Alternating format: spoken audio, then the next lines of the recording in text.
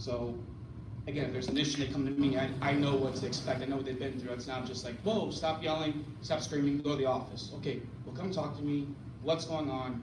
Okay, what's going on at home, or what happened today at school, or whatever. So I feel like if their offices are closed, which they never are, if they're not around, they know to come find me, because I can give them the same kind of support that these two ladies do. So it's just a great program. I've never even heard about it until I came to Portage, and then now I'm just trying to be as involved as much as I possibly can with it, and as long as they allow me to, I'll be at every meeting and everything I can to help out with whatever I can. So thank you. Most times when I'm trying to find Mr. Stills, he's in the process of trying to find Mrs. McGinty and Mrs. Porterville and stuff. I will say that God bless it for me to keep my sanity when I walk down there to them every day, and kind of vice versa, they're having a bad day. But a year and a half ago when I came here, that was the premise that I told you I was coming for, is building relationships. And that's nothing I'll shy away from. I think that's the answer to most of the problems we have in the high school. And if we can just continue to press upon the teachers the importance of building relationships with our children, kind of like we have in this program, we're going to get to be engaged more, we're going to be more successful. We can do all kinds of other programs, but if the kids don't trust you, if they're not buying in what you're doing, they're not going to matter anyway. And we're going to continue to put people around, Jake, Mike, anybody else that's willing to buy into that. We don't need as many kids as we already have on the outside of the school. We do everything we can to keep them in. There are going to be those that don't make it, but this program here is awesome for that. I love being around them.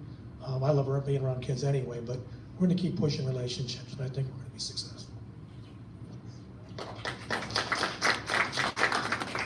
My name is Jacob Cohen. I started here back in high school. I graduated in 01. Started back here as our restorative program coordinator, formerly ISS group, and nothing enough, shortly, as our new dean of students for sophomores. I actually worked at a couple different schools prior to this that had restorative programs in there, and I really kind of was disheartened by them. I don't think it was effort, but after being here for the last few months and really embedding myself with these ladies and kind of getting to know these kids, I'm very much a kid first person. I'm here for children and that alone. And kind of what Mr. Still said earlier is about building relationships. That's, if you're going to win with these kids, you're going to help these kids win with building relationships. But having seen it really enlightens me to see how great this program is. PL wanting these kids, sending these kids to office probably should be your very last step as an educator. If you're at that point, in my opinion, even as an educator, former educator or classroom teacher, you've lost. You're the one that lost at that point in time. How did you allow it to get to that point? At what point in time did you ask for help from ladies like you're sitting around us? A lot of these kids, especially when they're changing demographics and such like that, you're important. These kids just want someone to believe in them, and a lot of times they don't want anybody to respond. They just want someone to sit down and listen to what they have to say. I heard a lot of what these ladies say. That's all they're really asking for, is someone just to listen and just have, for one moment, just have some faith. At some point in time, someone lost faith in these kids, and it's time that we step up and start to have faith in them one more time.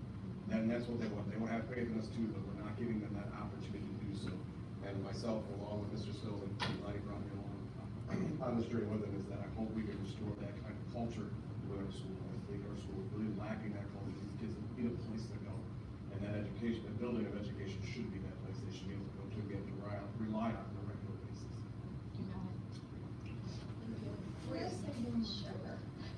So personally, I just want to thank you for, always believing in me and believing in me when I didn't believe in myself and never giving up on me.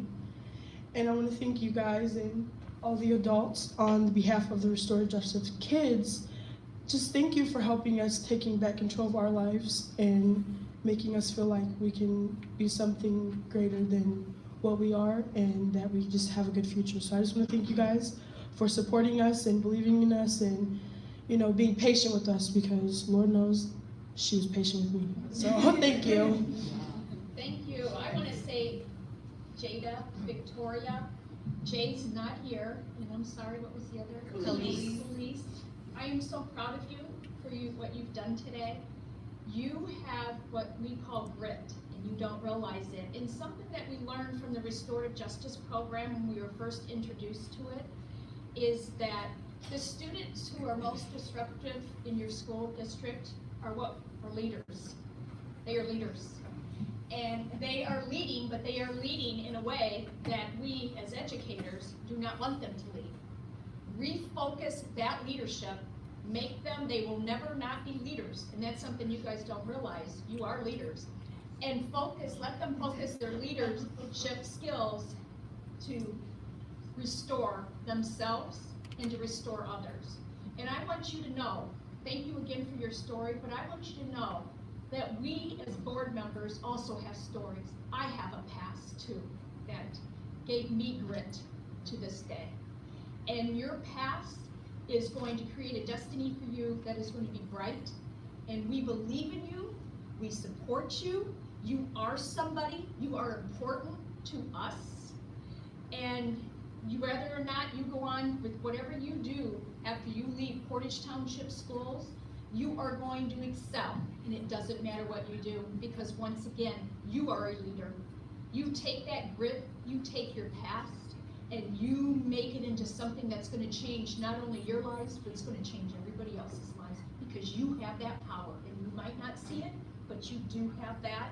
And thank you, Mrs. McKenzie, and thank you, Sandra Porter-Phillips, and thank you, the school resource officer, Mr. Stills, and thank you for supporting these students and restoring our students so that they become productive individuals in our community, because we need them in our community. We need them off our streets, we need them to graduate, and we want to get them a diploma so that they have a future. And thank you, and this is a great program, and I support it 100%, and so does the school board.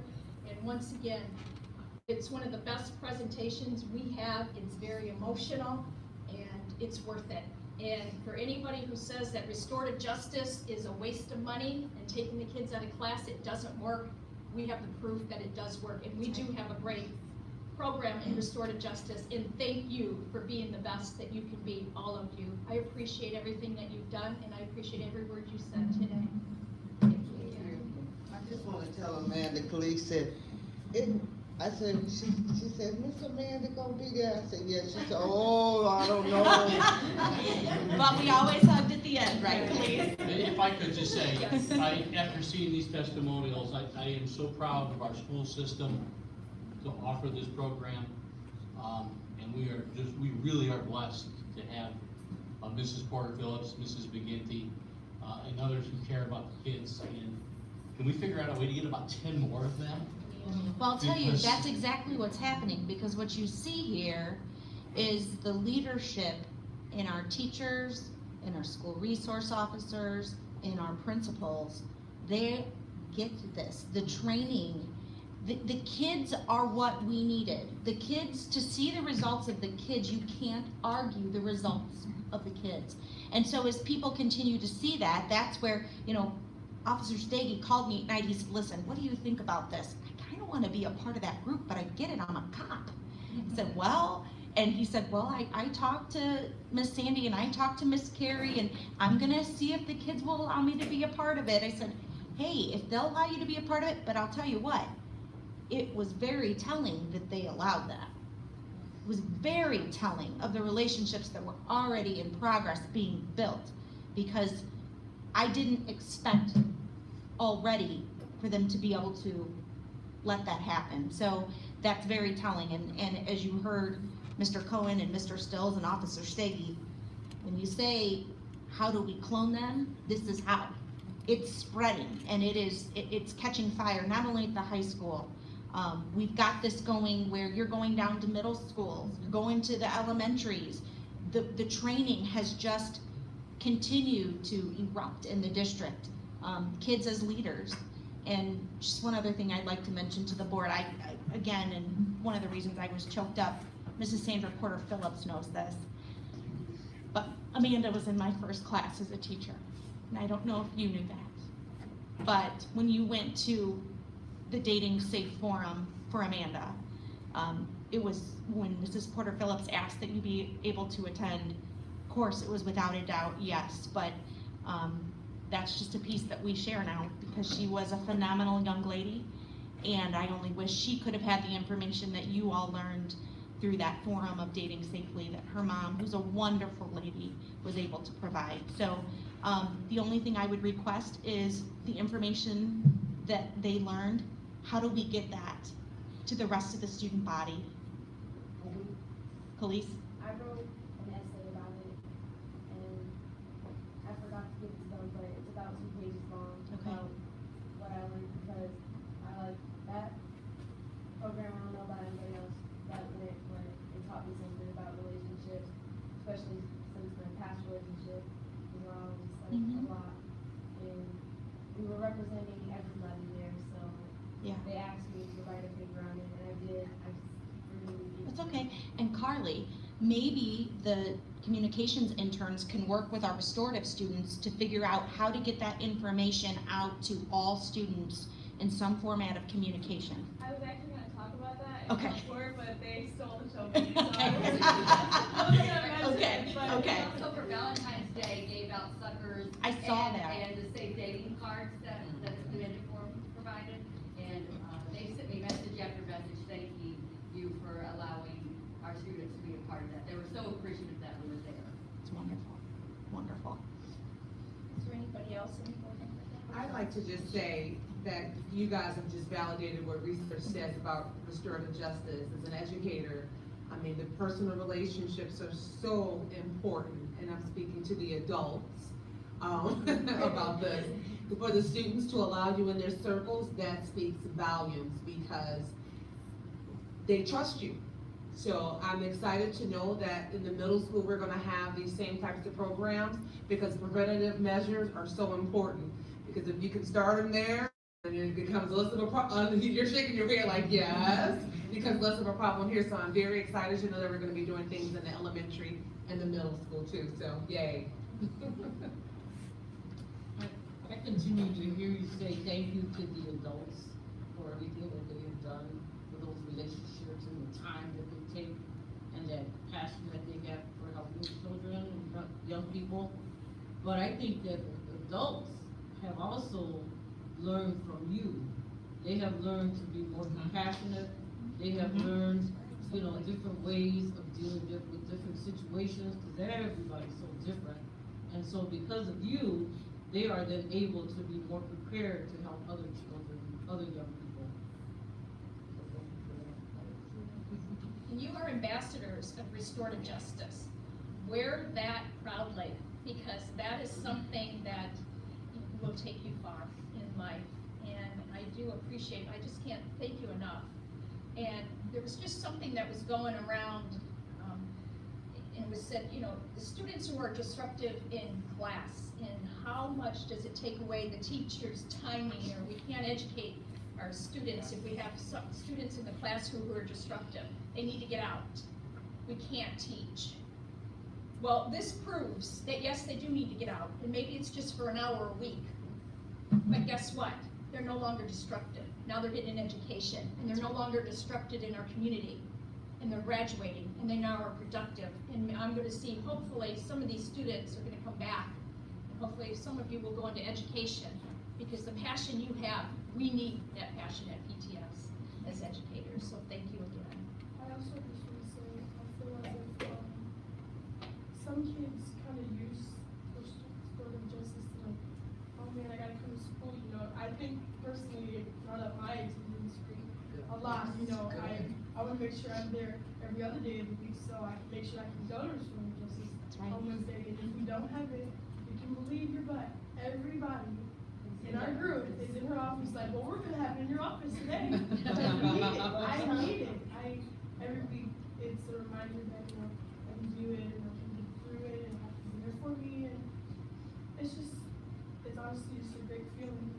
And I know I always was like, oh, I don't know about therapy or, you know, I don't talk about things, but honestly, it's great to just be able to talk about that and just have a lot of people around you that just don't want to judge you. They just want to help you. They don't want to be in business. They don't want to be in business. They just want to help you. And we never ever have a problem with our stories and our secrets leaving our circle. And that was something that I think all of us students were worried about, was our business is going to be all over Porch High School, but never had a problem with it. Everyone was just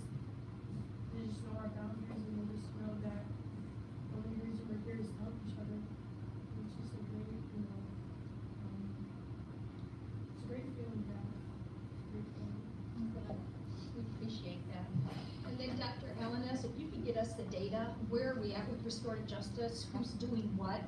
Where are we gonna go with it? I know we got 3 team courts, 1 in each middle school, but if we can get the data on that also, how many circles we have, who's doing circles, who's trained in each school, and who needs to be trained, and where are we at with moving forward, because it is a program that does have positive results. So if we could get that data, we'd appreciate it. Sure. So next, we're gonna move on to another student presentation, the good news report with our marketing students. And Carly's here this evening. Yeah, Mr. Griswold wasn't able to make it, unfortunately, but Carly was also at Math Bowl.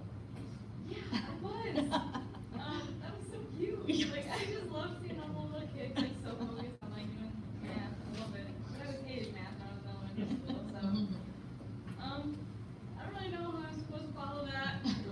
But I'm just gonna read some good news that's happened in the district within the past few weeks. The Health Occupational Students of America group at the high school made Valentine's Day cards for the children on the oncology floor at South Bend's Beacon Children's Hospital. The group also visited various elementary schools throughout the district earlier this month to conduct presentations for the children's dental health month.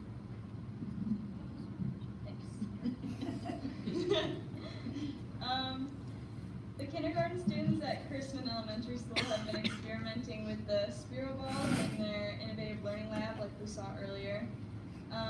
They're learning how to drive them and program the different activities that they could do with them. The art classes like we saw at, I think Myers was this school.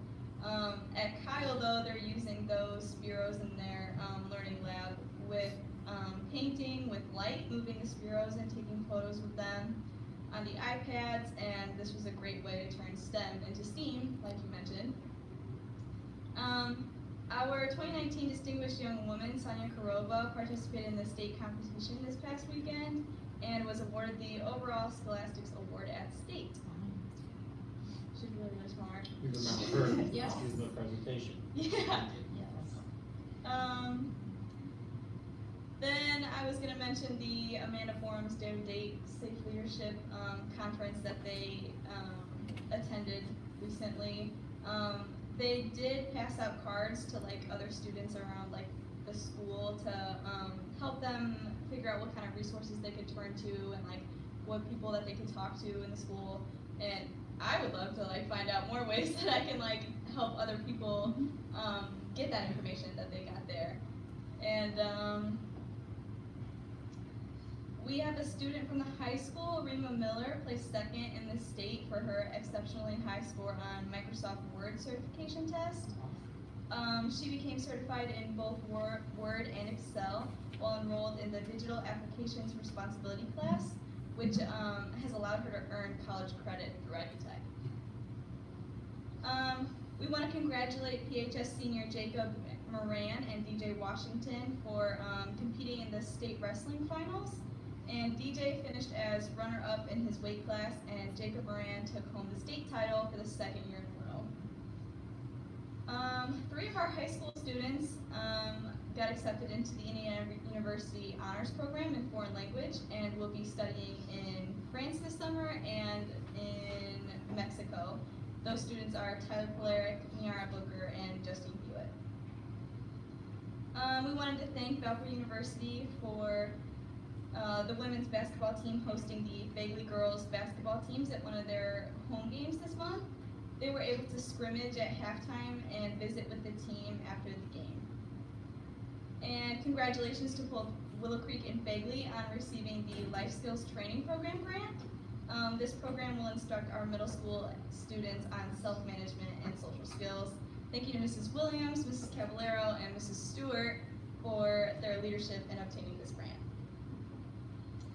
Some upcoming good news events will be Jones Elementary School is going to host their talent show this Thursday, and you can come out to see some great talent from both students and staff. Bagley Middle School will be hosting the Thirst Project, an organization that is working to end the global water crisis, and that will be this Friday at 8 a.m. Kindergarten Roundup will also take place at all elementary schools on March 13th, and you can visit the website for more information. And last but not least, there are several upcoming music concerts this month. There is a jazz concert tonight at Willow Creek Middle School at 7 p.m. And on March 1st and March 2nd, the high school will host the ISMA District Jazz Contest. You can come see the Willow Creek Choir perform at 7 p.m. on March 5th, and the Fagley Middle School Choir will perform on March 7th at 7. And that's all I have. Thank you. A lot of great things happening. Thank you. Thank you. We know many of you have events to get to, so at this point in time, you need to do that. Next, we'll move on to agenda adjustments. Does anybody on the board have any agenda adjustments? Dr. Elenos, do you have anything to adjust on the Yes, agenda? please. I do have an adjustment for the overnight field trip to Indianapolis, March 8th through 9th for the state robotics competition. I'm very excited that this was added due to their qualification over the previous weekend, so that's why this is coming to the board at this time. I also have an adjustment to include the ratification of the MNW Telecom agreement. This is the WAN network connecting schools to the internet. This was the E-rate bid recommendation that was approved at the last meeting. We just want to get this approved because in the end, on the tail end of our timeline, this could save us upwards of a $13,000 bill from Comcast in the future because it gets us started on our 20-week project. Okay, so those are all going to be new business? Yes. Both of those? Thank you. Next, we'll move on to the superintendent consent agenda. I would like to make a motion to approve the personnel report for February 25th, 2019, the donations for February 25th, 2019, the claims report for February 25th, 2019, and the facility use request report. Do I have a second, please? Second. Discussion? Call the roll, please, Madam Secretary. Trustee Clancy? Yes. Trustee Finley? Yes. Trustee Vasquez, yes. Trustee Valetta? Yes. And Trustee O'Driscoll? Yes. Next, we'll move on to the board consent agenda. I would like to make a motion to approve the minutes of the special board meeting, Board of Finance, January 28, 2019. Also the minutes of the regular board meeting, January 28, 2019. The minutes of the executive session of January 28, 2019. The minutes of the discussion meeting of February 11, 2019. And the minutes of the executive session of February 11, 2019. Do I have a second, please? Second. Discussion? Hearing none, call the roll, please. Trustee Clancy? Yes. Trustee Finley? Yes. Trustee Vasquez, yes. Trustee Valetta? Yes. And Trustee O'Driscoll? Yes. With board development, I should have did this under agenda adjustment because we do have some individuals here who probably also would like to get home, but I would like to move that to under, right before the superintendent reports, if that's okay with superintendent and board. Yes. Thank you. Old business. Dr. Elenas, do you have anything to report on any of the 4 old business at this time? At this point in time, I would like to particularly mention the family fee structure for events has been added to that policy. We'll just need to then bring it before the board. And then also the weather policy, I have something in place that I will be getting to you guys this week. So we are going to be having a policy meeting? Yes, we'll be having a policy committee meeting. And as far as under old business, the recommendation to award the chiller project bid, I do have some information on that, if I may. I am recommending that we award the base bid and all alternates to Stephen Engineers and Constructors for a total of $2,304,150. As you recall, we did in particular have this last bond issued so that we could take care of our chiller project. The reason I am asking for the approval of all alternates is that it would allow us to take advantage of this opportunity through our structure of our fees for the project, as well as the pricing of the chillers if we do this all at once. This would require us to take approximately $800,000 out of rainy day. However, as we all know, being that our chillers are throughout the district, those that are not of the immediate need, they are within definitely the lifetime of their expectancy, and they will be going out, and all those that are working in some capacity, they still may have an exhaust fan not working or various things, so it's just a matter of time. So I'm respectfully requesting that we award the base bid and all alternates, again, to Stevens Engineers and Constructors for a total of $2,304,150. And one other mention is this project would be able to be then completed for all of our buildings to have the proper heating and cooling before school starting in August. So with that being said, Mr. Elwood, do we need one motion or two? Do we need a motion to remove the $800,000 out of the rainy day fund? And then do we need a motion to approve the contractor? I think you just need the motion to approve the base bid and all alternates, excuse me. I assume the payment issue can be dealt with later on the transfer. So when we have an exact amount. Correct. Okay, so we don't have an exact. Right. That was looking at the high end of what it could be, approximately $800,000 out of rainy day. So do I have a motion then to approve the base bid and all alternatives? I'll make a motion to approve the base bid and all alternatives for the, Children's Improvement Stevens Engineering. Second. Questions? Call the roll, please. Trustee Clancy? Yes. Trustee Finley? Yes. Trustee Vasquez, yes. Trustee Maleta? Yes. Trustee Griswold? Yes. Okay, next, we'll move to new business. We have the overnight field trip by Chrisman, grade 5 students to Dearborn, Michigan, May 23rd through the 24th, 2019. We'll make that motion. Do we have a second? Second. Discussion? Call the roll, please. Trustee Clancy? Yes. Trustee Finley? Yes. Trustee Vasquez, yes. Trustee Maleta? Yes. Trustee Griswold? Yes. And then we will need a motion to approve the robotics overnight in Indianapolis. Make motion to approve the robotics trip to Indianapolis. Second. Discussion? Call the roll, please. Trustee Clancy? Yes. Trustee Finley? Yes. Trustee Vasquez, yes. Trustee Maleta? Yes. Trustee Griswold? Yes. Next, we'll need a motion to approve the E-rate contract. Is the Telecom agreement, The MNW. the MMW Telecom agreement.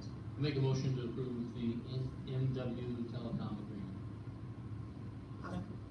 Second. Discussion? Call the roll, please. Trustee Clancy? Yes. Trustee Finley? Yes. Trustee Vasquez, yes. Trustee Maleta? Yes. Trustee Griswold? Yes.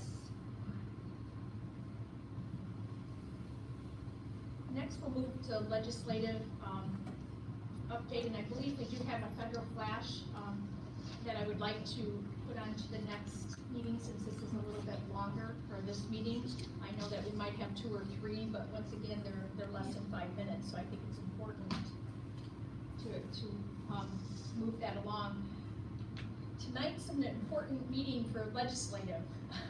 Obviously, our legislators are in session, but not only that, the close to 300 school districts across Indiana were invited by the Indiana School Board Association to have a legislative day at the Statehouse. And I was lucky enough, thanks to this board, to go to that, and it was an enlightening event. This is the first year that the Indiana School Board Association has done this, and I can guarantee it won't be the last, because it was that great of an event.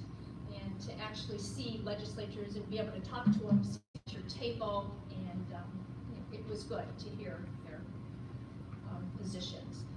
Legislative, what's going on? Once again, there's over 200 bills that's introduced at the General Assembly in Indiana for education. It's tough to follow all of them. I like to follow some of the outliers, so you can just kind of see the public policy of what's, looking, what the state is looking at, and then those that really directly will impact Portage Township School. There is a bill in the Indiana House which will require parents who make complaints about how districts are serving their children with special needs to split the hearing fees, even if they lose. So that is moving along.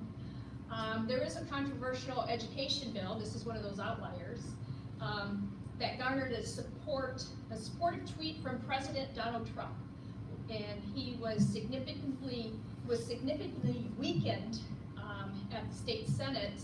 However, at the same time, it would allow the school corporation to require students in the state of Indiana to take a class regarding various theories on the origin of life and the beliefs espoused by Christians.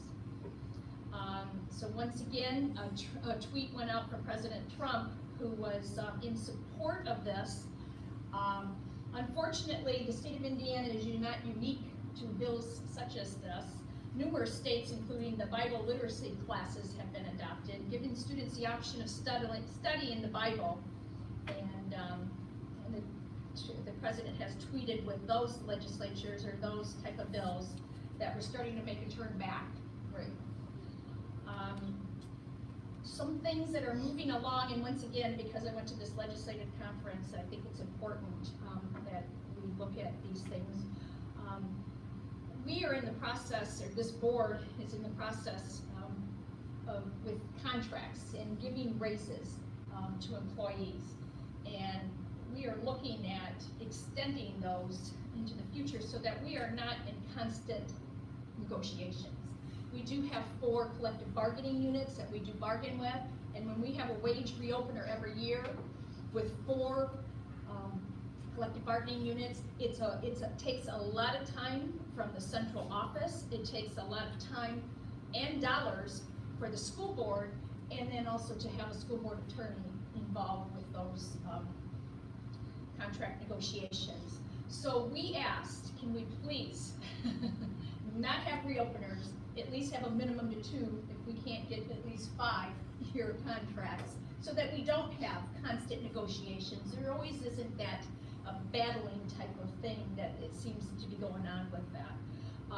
So that is something that is good, and we're looking forward to those collective bargaining agreements to come with us. But with that being said, in trying to look into the future to where you can offer a certain percentage and to be able to dictate that future, the state dictates the future for us as a board and for PTS for 2 years out. And this is the year with the budget year, and this is what they're looking at now downstate. So they're looking at increasing K through 12 tuition by $461 million over the next biennium.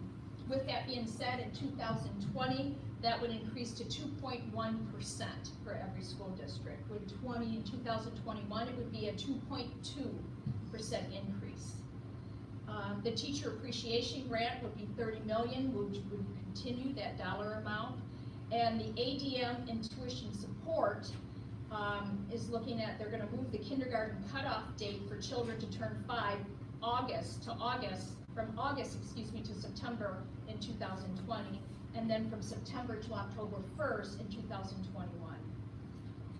The Indiana Secured Grant, they are going to increase that by $5 million for both years.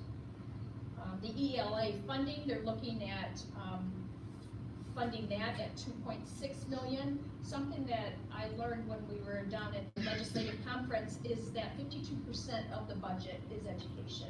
So it's over half, it's a huge budget. For the bad news, they're looking at increasing per student charter and innovation school grants, and they're allowing for capital operation expenses from 500 to 1,000. So that's a huge increase with that, and that would be a potential cost of approximately $15 million a year. And what that actually means when they talk about this with increasing charter costs, it's actually taking public dollars and taking it away from public school districts in the state of Indiana and diverting it into private charter schools. Also, there is a bill that would allow school boards to pass a resolution before September 15th, transferring money from the operations fund to the education fund in order to increase the amount of education fund revenue available for collective bargaining purposes. There's also another bill that would require school corporations to adopt and enforce anti-hazing policies. There's also a bill that would have harassment and protective order implementation. The bill would allow victims of bullying to seek a protective order against the alleged perpetrator of the bullying in schools. Handgun for teachers is moving. This would allow employees who have been authorized by a school board to possess a firearm on school property. In order to do that, they would have to apply for a grant to receive firearm training. Because the bill still allows school boards to decide who and which employees can carry a gun and apply for the firearm grant, which would come from the Safety and Security Grant funding, the Indiana School Board Association supports this bill. And that's important for legislation to be moving downstate. So the state legislators do that a lot. They'll put give us the funding, say here, you can take it out of we're not gonna give you funding, but you can take it out of this grant. Sure, any employee in your district can have a firearm, but you gotta train them, but if you approve them, school board, you can take that money out of there and make sure that they can. And so they put it on the taxpayers, on us, and those are things that we don't want and are not welcoming for us. That is going to, I don't know what's gonna happen to that, but that is also moving. And then also there's another one for safety also, for concerning threats to school safety. The Indiana School Board position on this they support this also, but this bill would require law enforcement agencies to share investigatory records with school officials. And this would enhance the safety of security of a student or a school building. And that is something right now that we are not allowed to get. And I know FERPA kind of prevents certain adults from getting our information, but if I'm not mistaken, the police are able to get into our records, so then this would mean the opposite, which would probably be a good thing. State accountability. This one is going to align funding to graduation pathways, and it's moving from actually a test, and it wants to follow students up to 12 months after they graduate. Out of our hands, we have no control over. And we as a school district cannot control any factors outside of our PTS boundaries after graduation, but they want to follow students for 12 months to see if they went to college, did they drop out, and this would be our districts who would have to track this. Did they get a career? Are they employed? You know, did they get arrested?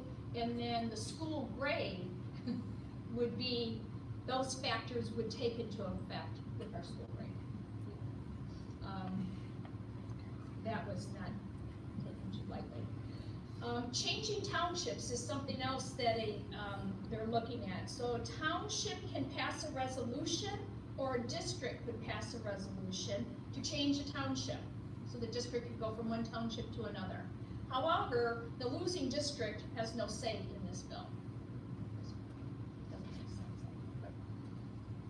And I think it might have to do with the Griffith issue. Yeah. Increasing teacher pay.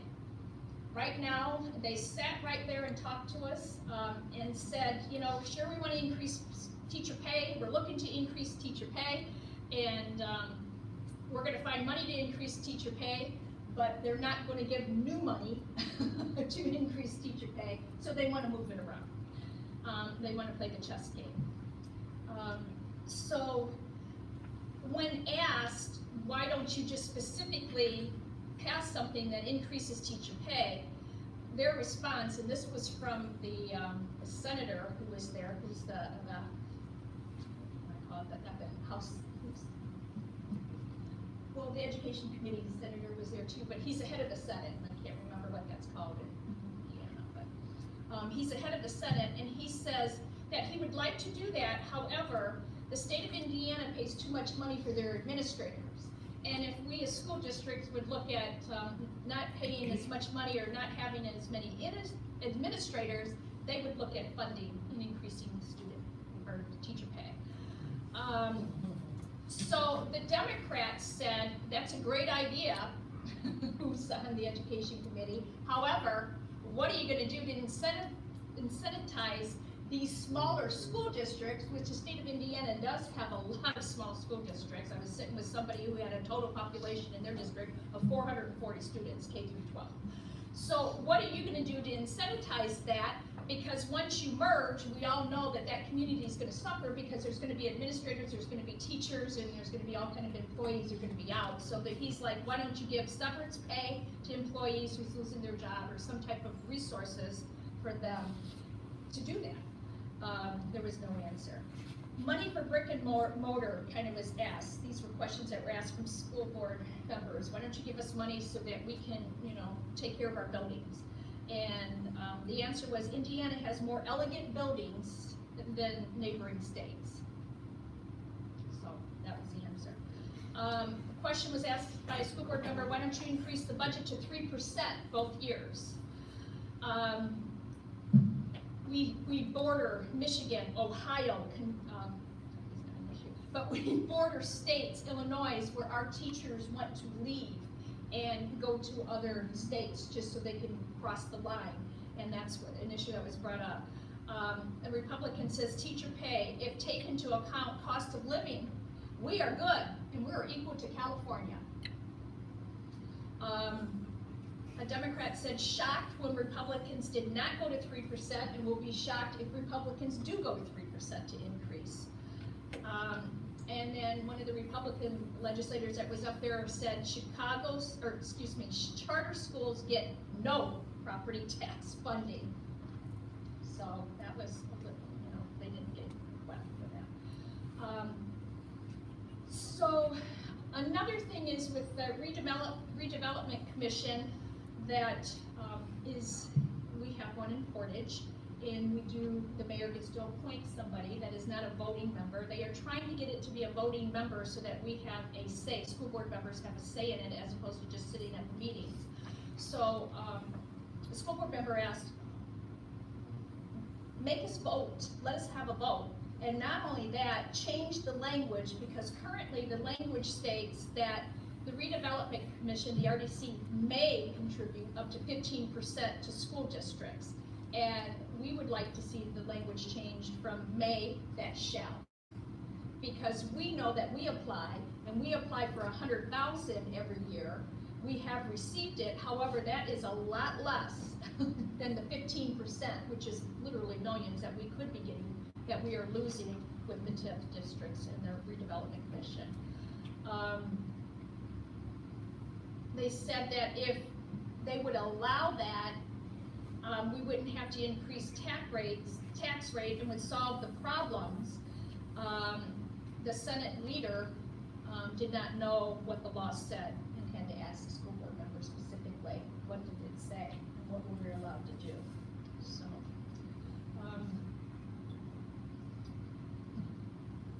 we are lagging with inflation, the Indiana, about 4% over the last 5 years. So if we were looking for the CPI to give an increase for our employees, that's hard, judgment to follow because we're actually been lagging for 5% over 4 years. They are also, with the TIF and with the redevelopment commission, I wanted to ask this, that it's a loss of $131 million to school districts across the state of Indiana. And the Indiana School Board Association, the school board members are saying this is not an economic development. It's more of a budget allocation. The problem with this is that the mayors have a strong voice when it comes to legislature. And obviously they don't want to lose control of that money and give it to school boards. The teacher pay, I took another note. Sorry, I'm bouncing back and forth a little bit here.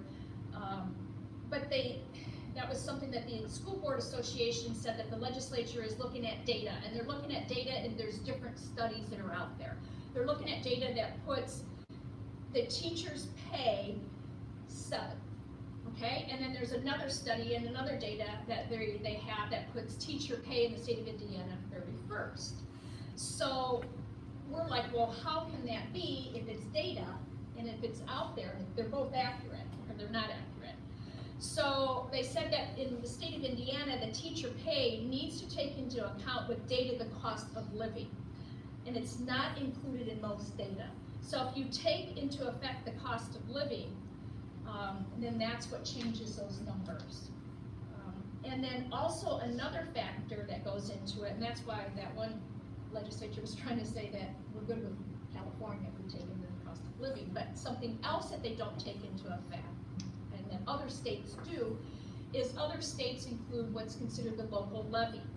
Indiana does not include the local levy, and so when compared to other states, we can't compare just the cost of living, because we also have to compare, do they include the local levy? And with that being said, including the local levy, in 2006 through 2016, the state of Indiana with teacher pay was 26th in the US to 36th. Okay? So it wasn't good. It was a good conference. I don't see much coming out of it as far as money besides the 2.1 or the 2%. As far as the other bills, we'll kind of keep watching those, but I appreciate being allowed to go down there and represent the school board. Thank you for that. Do you have anything, Mr. Milletta, on the park department? We actually are meeting tomorrow night, but I will tell you, Dombey Lake project, park over on the west side, did see some plans for that, that's moving forward still, so. So do you want to explain that a little bit for maybe those who don't understand? Yeah, Dombey Lake, those who don't know, over off Dombey Road, there's a lake, that was, purchased by the park department. There's some homes around it, but, what's out there is a lot of sand, so they're gonna use revenue from some of the sand that's out there to help build a little beach area, fishing area, and make that a public park. So it's actually kind of a cool little project. The west side of the city doesn't have a lot of parks, so it's something for that side of town. So what we're told right now is that it should be basically self-funding to create that park because of the sand that they'll be able to sell off their property. Thank you. That's a great project. Yeah. And did you have anything? Yes. On the PTO? Yes, I attended my first official meeting as a school board representative on February 19th, which was last Tuesday. Those meetings are held every second Tuesday of the month. This board was very excited to announce that there are 16 members on the board. New members are, of course, I'm the school board appointee. Superintendent appointees are Anne Marie Caballero, who is the faculty principal, and Brandy Bryan, who is a Willow Creek parent. There's also Amy Armstrong, who's Parks Department, and Randy Riley, who is a Crispin parent. We will be attending an orientation meeting on March the 12th, and this training the invitation has been extended to our superintendent, so hopefully, depending on your schedule, you'll be able to attend. The Harlem Wizard event was a success. There were so many volunteers that gave up their time to make sure that this was a fun-filled event for our families. Volunteers from, helped in the areas of marketing, ticket sales, organizing players, organizing concessions, keeping track of money, getting sponsors, contributing items, buying items, and they were just working countless hours, and it was fantastic. It was exciting to watch. I think my favorite part was watching the youngsters as they were playing on the basketball court, wearing their jerseys. They had so much fun as they interacted with the players. It was also a lot of fun watching the adults as they were playing against or with the Wizards. And there were representatives from throughout our community that were involved. They played hard and they enjoyed themselves immensely. There is another fundraiser that is being planned for May, but there will be more information before as soon as possible. We're excited about hosting the Indiana Association of Public Education Foundations. The regional meeting will be held this year in Portage Township Schools, and it will be held in mid-April. So this board, under the leadership of the president, Joe Machuca, they're very involved and want to make sure that we continue to do great things for our students and our teachers. Sounds like they definitely are. Yes. Do you have anything, Dr. Aaron, I or do. superintendent's report? I sure do, just a few short things. In particular, just kind of looking through the various presentations this evening, and just want to highlight a couple of things when, of course, being given the opportunity to lead the school district now 2.5 years ago as superintendent. Our school district is achieving well with a level of the annual yearly performance grade of a B by the Indiana Department of Education.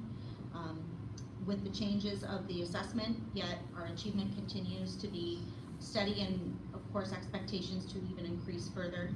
High reliability schools, culture of achievement, a guaranteed and viable curriculum still is what we're focused on with the professional development that continues. The high school just had a very rigorous professional development on a guaranteed and viable curriculum, and the feedback I've received so far from teachers has been very positive.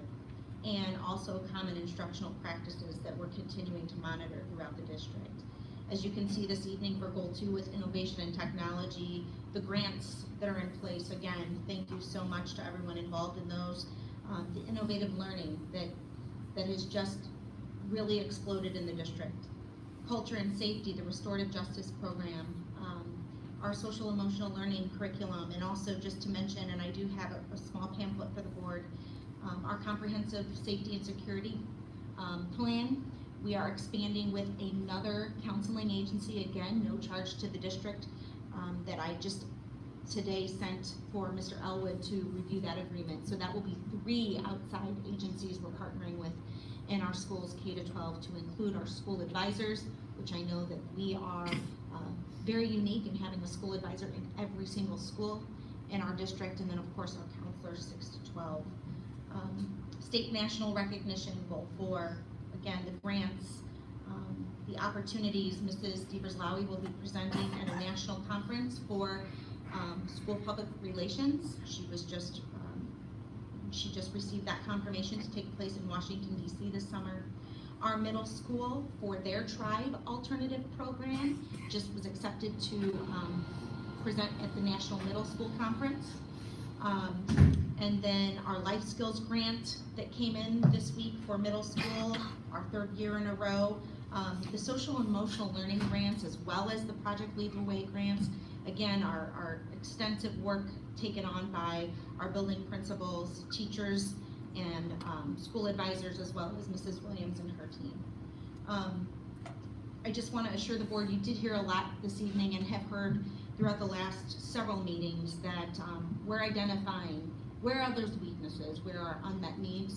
I really appreciate that in December, the board went through a process of identifying a SWOT analysis. What are our strengths and weaknesses? What are our opportunities and threats?